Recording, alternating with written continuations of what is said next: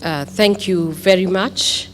The Secretary General, Kenya Red Cross, Dr. Asha Mohammed, the Governor of Kenya Red Cross, Mr. Geoffrey Korio, bishops and representatives of religious societies present, and all the donors that are present. Members of the fourth estate, we love you because when we come and stand here, you are able to broadcast and be able to take this message to all Kenyans and people in the world to know that they have a responsibility as the brother's keeper and to make sure that we do not lose a life. Ladies and gentlemen, as you are all aware, there has been 4 back-to-back below average rainy season in arid and semi-arid lands. The regions of Kenya where it has resulted to longest drought, as you have heard, in the last 40 years. About 4.3 million people are affected by this acute food insecurity, and about 1.2 million livestock are already dead. This is the current data provided by the National Drought Management Services as at October 2022. Further reports indicate that there are 9 worst affected counties categorized as the red zone. These are Laikipia, Isiolo, Mandela, Garissa, Turkana, Wajir, Nyeri, Samburu, Marsabit, and another 14 which are categorized as yellow zone, namely Kitui, Tana River, Tharaka Nithi, Makwiny, Meru, Narok, Nyeri, Taita Taveta, Kwale, Kilifi, Baringo, Pokot, and Lamu. I am aware there are several organizations and individuals and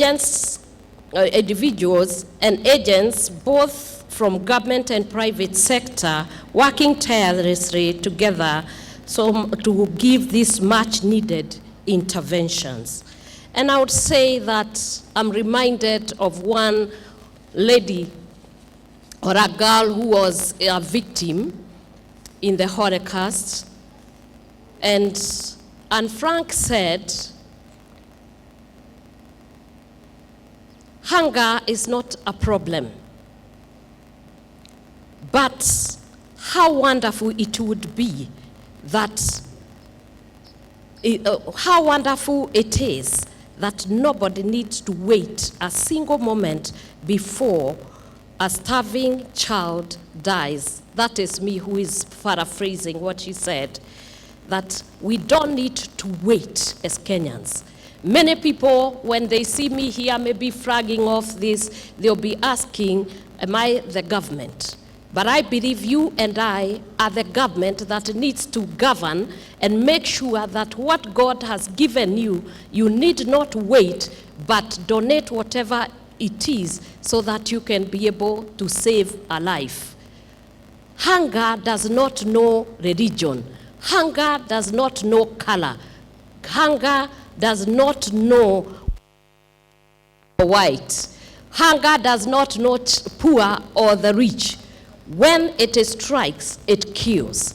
And let me tell you, if you were to lose one life, when you are there sitting and you do not do something, you'll be accountable to God for that. And I'm very sure if all of us were to come together and do something about it, like the partners that we are having today who are standing by my side here, you will be making a difference. We must make a difference. You must make a difference. I must make a difference. Let's not wait for the government. Let's not wait for the other person. You are the person who can make a difference in that life, into that person, to that child who is crying, to that woman, to that mother who is watching a family die. And yet we are standing here and we have more than enough.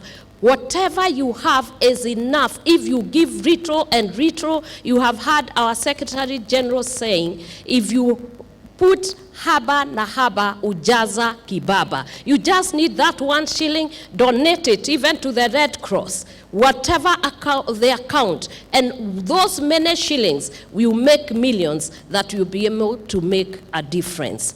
And therefore, through the efforts of my office, the following friends and partners have responded in an incredible kindness and have managed to do a contribution of food items as mentioned below.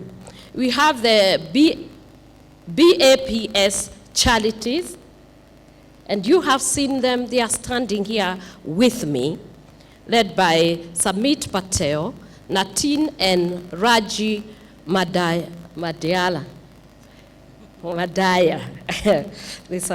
They have donated to us 11 tons that will go towards feeding the people who are hungry. We have also Chetan Gohi, Bhavesh Shah, Danish Vakra, Alim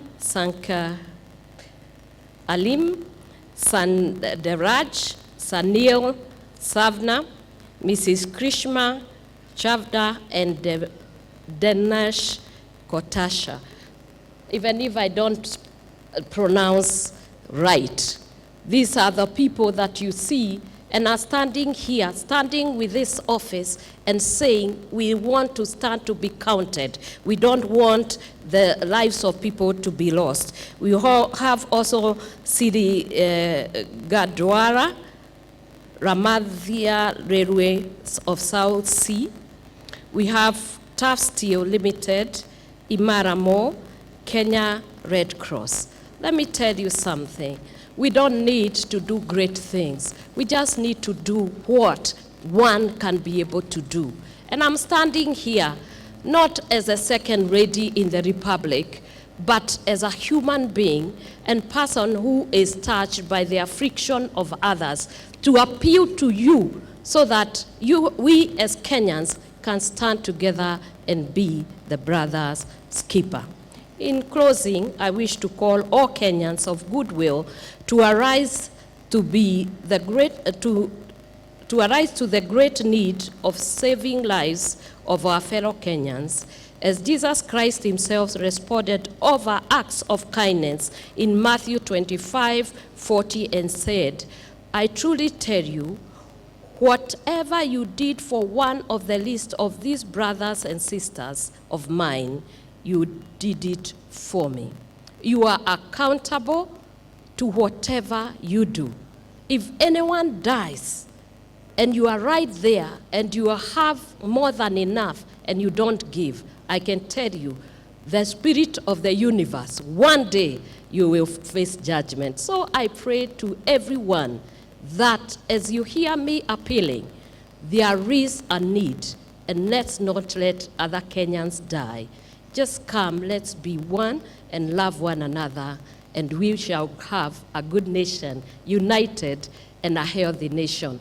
We are also going to be, because we are in government, we are going to try and see and give advice on how we get together and bring people together so that we can mitigate this drought situation so that we can change the lives. We don't want next year to be standing here.